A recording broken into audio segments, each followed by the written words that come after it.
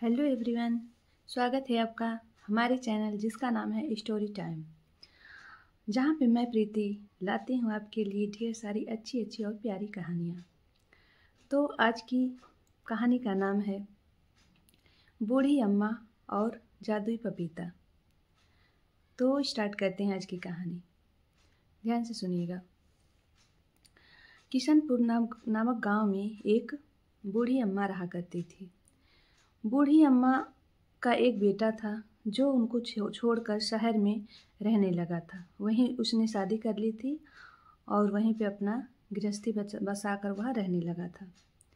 यहाँ पे बूढ़ी अम्मा अकेली रहती थी और उसके साथ एक बिल्ली भी रहती थी। एक दिन बूढ़ी अम्मा रोटी बना रही थी और रोटी बनाने के बाद खाना खाने जा रही थी, तभी वो बिल्ली आ गई, म्याऊं म्याऊं करने लगी। तो बूढ़ी अम्मा ने सूखी रोटी खुद भी खाई और सूखी रोटी बिल्ली को भी डाल दिया, लेकिन बिल्ली वह खा नहीं रही थी, ऐसे सूंघ रही थी। तो अम्मा बोलती है, देखो बिल्ली, अगर तुम्हें अच्छा अच्छा खाना खाना है, दूध पीना है, दूध के साथ रोटी खानी है, तो हमारे यहाँ तो नहीं मिल सकता। मैं बूढ़ी हूँ, मैं क्या करूँ, मुझे जो भी मिल रहा है रूखी सूखी मैं खा रही हूँ। अगर तुमको ये खाना है तो तुम दूसरे घर जा सकती हो, मेरी तरह तुम भी क्यों परेशान हो रही हो। इतना कह के बूढ़ी अम्मा चली जाती है, चारपाई पे लेट जाती है। तब तक बिल्ली जाती है और बाहर से एक पपीता लाती है। पपीता देखकर बूढ़ी अम्मा बोली कि बिल्ली, तुमने क्या किया? यह पपीता तुम कहाँ से ले आए, कहाँ से चुरा के लाई? अब क्या तुम मुझसे गांव में झगड़ा करवाओगी? तो इतना कह के बूढ़ी अम्मा बोली कि जाओ, जिसका पपीता है उसको दे आओ। बिल्ली नहीं जाती है और सूखी रोटी खाने लगती है, पपीता वहीं छोड़ देती है। बूढ़ी अम्मा सो जाती है। रात बीत जाने के बाद सुबह होती है। सुबह बूढ़ी अम्मा उठती है और झाड़ू लगाने लगती है। तो वह पपीता देखती है, तो वह पपीता उठा लेती है और कहती है कि बिल्ली ने पपीता पता नहीं किसके यहाँ से लाया और पूरा तोड़ फोड़ के फैला दी है। तो देखती है बूढ़ी अम्मा कि इसमें तो बीज हैं। तो बूढ़ी अम्मा को दिमाग में आया कि शायद यह बीज लगा दूं मैं अपने आंगन में, अगर हो जाएगा तो हो ही जाएगा। तो उस बीज को लेके बूढ़ी अम्मा मिट्टी में, अपने आंगन में ही मिट्टी में लगा देती है, ऐसे मिट्टी में डाल देती है। और दिन भर का अपना इधर उधर काम करने के बाद फिर रात होती है, वह सो जाती है। सुबह उसकी बिल्ली अचानक तेज़ तेज़ से चिल्लाने लगती है। तो बूढ़ी अम्मा उठती है, कहती है कि बिल्ली इतना क्यों चिल्ला रही है। वह जाती है सुबह, तो देखती है कि वह जहाँ उसने पपीता का पेड़ लगाया था, वहाँ पपीता का खूब बहुत बड़ा पेड़ हो गया है। जहाँ पपीता का उसने बीज बोया था, वहाँ पे खूब पपीता का पेड़ हो गया है बड़ा सा, और उसमें ढेर सारे पके पके पपीते भी आ गए हैं।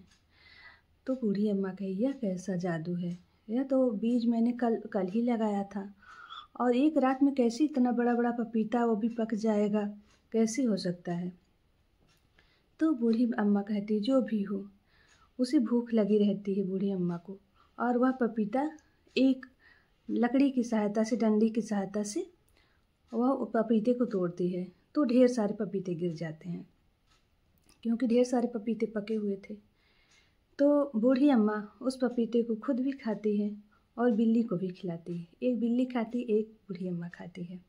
पपीते बहुत मीठे थे। तो बूढ़ी अम्मा कहती, यह तो बहुत स्वादिष्ट हैं, बहुत मीठे हैं, मेरा तो पेट भर गया।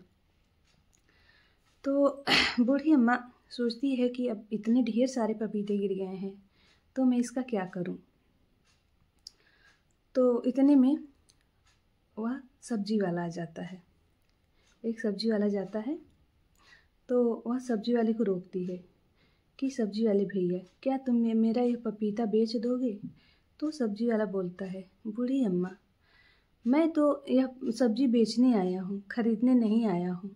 अगर तुमको कुछ खरीदना है तो बताओ, और यह पपीता मैं नहीं लूँगा। तो बूढ़ी अम्मा कहती है कि बेटा, तुम इस पपीते को बेच दो, तुमको जितना भी पैसा मिलेगा, जो तुम्हारा शौक़ होगा वही मुझे दे देना, जितनी तुम्हारी इच्छा करेगी। तो सब्जी वाला सब पपीता लेकर चला जाता है और बेचता है।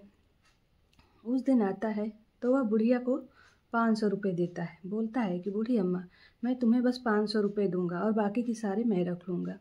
तो बुढ़िया बोलती, ठीक है बेटा। इतने तो बूढ़ी माँ बहुत खुश हो जाती है और जाती है दुकान से, ढेर सारे राशन लाती है, खाने पीने की चीज़ें लाती है। तो उस दिन बूढ़ी माँ ने दाल और रोटी बनाया और पेट भर खाया।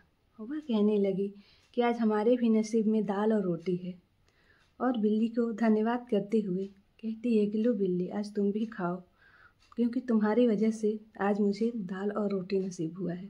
तुम भी आज पेट भर खाओ और मैं भी पेट भर खाती हूँ। तो खाने के बाद फिर बूढ़ी अम्मा सो जाती है। फिर सुबह उठती है तो देखती है कि ढेर सारे पपीते हो गए हैं। तो दूसरे दिन भी वह ऐसा ही करती है। दूसरे दिन भी पपीते तोड़कर वो सब्जी वाले को दे देती है। सब्जी वाला बिक्री करता है और आके अपने घर पे वह कहता है, अपनी बीवी से बोलता है कि वो बूढ़ी माँ के पपीते की वजह से मेरी सब्जियां इतनी तेज़ बिक रही हैं कि मैं क्या बताऊं, और पपीते इतने स्वाद से सब खा रहे हैं, ले रहे हैं, मुझे बहुत मुनाफा हो रहा है। क्यों ना मैं बूढ़ी माँ के घर में जाकर सारे पपीते चुरा लाऊं और सारा मुनाफा खुद ही कमा लूं। तो वह सब्जी वाला क्या करता है, रात में जाता है और दो बोरी ले जाता है। 2 बोरी ले जाता है और पपीते भर के दोनों बोरी में घर पे उठा लाता है। वह अपने घर पे रख देता है। घर पे रख देता है। उधर बूढ़ी माँ सुबह उठती है। नहीं, बूढ़ी माँ नहीं उठती है। इधर पपीता वाला 2 बोरी घर ले जाके रख देता है अपने, और सुबह कहता है कि मैं इसको अब बेचूंगा। तो सुबह उठता है सब्जी वाला और जाता है, देखता है जहाँ उसने भर के रखे थे बोरी, वहाँ पे जाता है, देखता है तो वहाँ ढेर सारे सांप, बिच्छू, सब जहरीले जानवर बहुत सारे आ जाते हैं। वह सब्जी वाला डर के मारे भागता है और उसकी पत्नी भी बाहर निकल जाती है। सब्जी वाला डर के मारे बाहर निकल जाता है और इधर बूढ़ी माँ उठती है सुबह, तो देखती है कि वहाँ ढेर सारे पपीते रखे हुए हैं। वह कहती है कि हे भगवान, मैंने तो पपीते तोड़े भी नहीं और इतने ढेर सारे पपीते कैसे हैं। शायद लग रहा है आंधी आई होगी और सारे पपीते गिर गए हैं, लेकिन मैं इतने पपीते का करूँगा क्या। तो वो बूढ़ी माँ परेशान हो जाती है कि मैं कैसे करूँगी, इतना तो सब्जी वाला भी नहीं लेगा 2 बोरी पपीता। तो क्यों ना मैं इसको सड़क के किनारे लेकर बैठ जाती हूँ, जिसका मन करेगा वो खरीद लेगा। तो ऐसा ही बूढ़ी माँ करती है। वह सड़क के किनारे सारे पपीतों को लेकर बैठ जाती है बेचने के लिए, कि किसी का भी मन करेगा तो मैं उसको बेच दूँगी। तो उधर से सब्जी वाला दौड़ता भागता हुआ आया बूढ़ी माँ के पास और हाथ जोड़कर माफ़ी मांगने लगा कि बूढ़ी माँ, मुझे माफ़ कर दो। अम्मा, तुम मुझे माफ़ कर दो, मुझसे बहुत बड़ी गलती हो गई। तो बूढ़ी माँ कहती है कि क्या हुआ बेटा, क्या बात है, तुम माफ़ी क्यों मांग रहे हो। तो सब्जी वाला कहता है कि वो बताता नहीं है, लेकिन फिर भी कहता है कि आज के बाद मैं तुम्हारे सारे पपीते बेचूंगा और तुम एक भी पैसा मैं नहीं लूँगा और तुमको पूरा पैसा वापस करूँगा, लेकिन तुम्हारा पूरा काम मैं करूँगा। इतना कह के सब्जी वाला चला जाता है। बूढ़ी माँ कहती है कि इतना तो मेरे बेटे ने भी मेरी सहायता नहीं की, जितना ये बेचारा सब्जी वाला कितना अच्छा है, यह मेरी सहायता करने के लिए तैयार हो गया है। अब बूढ़ी माँ को क्या पता था कि क्या क्या बात है। तो वह सब्जी वाला उस पपीते को ले जाकर बेच देता है। अब बूढ़ी माँ के पास खूब पैसे भी हो गए थे।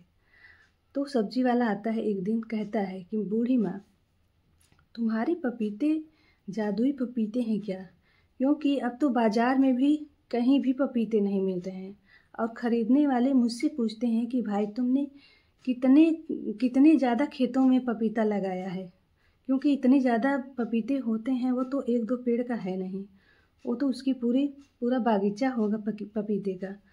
तो तुमने कितना लगाया है, और आजकल तो पपीते आते भी नहीं हैं, मौसम भी नहीं है, लेकिन फिर भी तुम्हारे पपीते आते हैं। तो उसने कहा कि बूढ़ी माँ, ये पपीते कहाँ से पाए थे तुमने।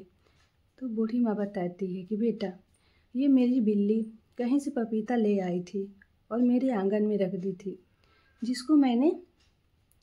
जिसका बीज मैंने मिट्टी में लगा दिया था और इसी से मेरी रोजी रोटी चलने लगी।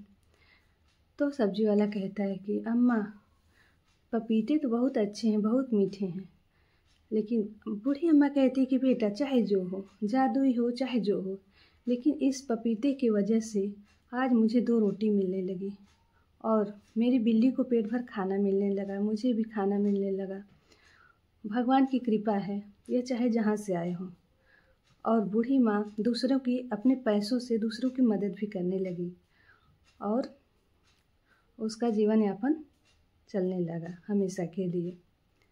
तो बच्चों, कैसी लगी आपको कहानी? अगर अच्छी लगी हो तो लाइक करिएगा। आप लोग लाइक नहीं करते हो, और लाइक और सब्सक्राइब करिएगा ताकि मैं जब दूसरी कहानी बताऊं तो आपके पास तुरंत पहुंच जाए। तो चलते हैं और फिर मिलते हैं अगली कहानी के साथ। बाय।